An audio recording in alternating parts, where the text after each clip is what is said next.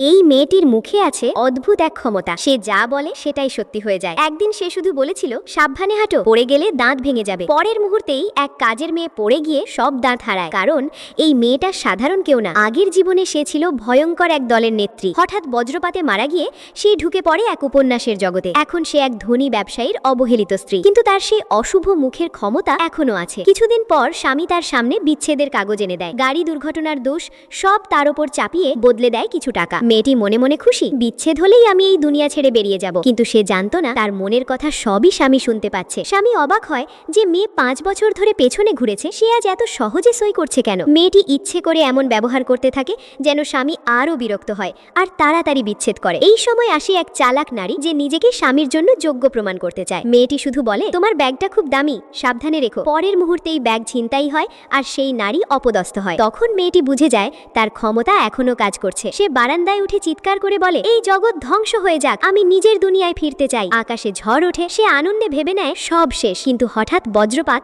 সরাসরি তার উপর পড়ে আর সে নিচে পড়ে যায়। সবাই ভাবে স্বামীর জন্য নাকি সে প্রাণ দিতে চেয়েছে। সত্যি ভালোবাসায় অন্ধ মানুষ।